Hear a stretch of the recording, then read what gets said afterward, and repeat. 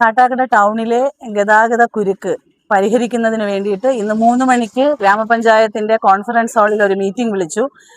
എല്ലാ രാഷ്ട്രീയ പാർട്ടിയുടെ പ്രതിനിധികൾ, വ്യാപാരി വ്യവസായി പ്രതിനിധികൾ, മോട്ടോർ സർവീസ് സംഘടനകളുടെ നേതാക്കൾ, ജനപ്രതിനിധികൾ എല്ലാവരും ചേർന്നുമാണ് ആ ഒരു യോഗം ചേർന്നത്. ആ ഒരു യോഗത്തിൽ എങ്ങനെയാണ് ഈ ഒരു പ്രശ്നത്തിന് പരിഹാരം കാണണം എന്നുള്ളൊരു വിശദമായ ചർച്ചയും അഭിപ്രായങ്ങളും നല്ല നല്ല നിർദ്ദേശങ്ങളും ഒക്കെ വന്നു. അപ്പോൾ നിലവിൽ കാട്ടാക്കടയുടെ ഗതാഗത കുരുക്കിന് ശാശ്വതമായ പരിഹാരം കാണണമെങ്കിൽ ടൗൺ വികസനം എന്ന ഒരു പ്രോസസ്സ് പൂർത്തിയാക്കണം. അപ്പോൾ അതിന് മുമ്പായിട്ട് ഒരു താൽക്കാലികമായ ഒരു പരിഹാരം എന്ത് ചെയ്യാൻ കഴിയുമെന്നാണ് ഞങ്ങൾ കൂടിയാലോചിച്ചത്. അതിൻ്റെ ഭാഗമായിട്ട് കുറച്ചധികം കാര്യങ്ങൾ ഇന്ന് ചർച്ചയിലും അഭിപ്രായങ്ങളിലും വന്നിരുന്നു.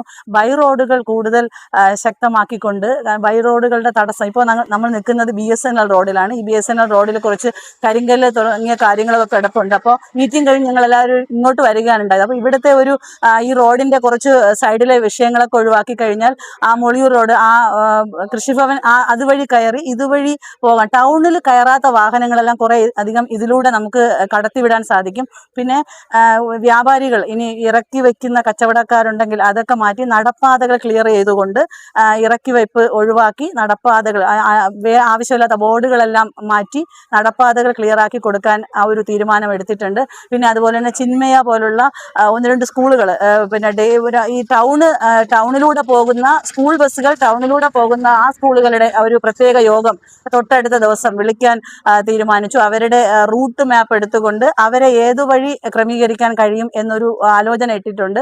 പിന്നെ അതുപോലെ തന്നെ ഈ ഗുഡ്സ് ആട്ടോ കാറുകൾ ഇങ്ങനെ റോഡിൽ ഒരു റോഡ് സൈഡിൽ പാർക്ക് ചെയ്തിട്ടുണ്ട്. അപ്പോൾ അവർക്ക് സ്പെഷ്യലായിട്ടുള്ള സ്ഥലങ്ങൾ ക്രമീകരിച്ച് കൊടുക്കാൻ തീരുമാനിച്ചു.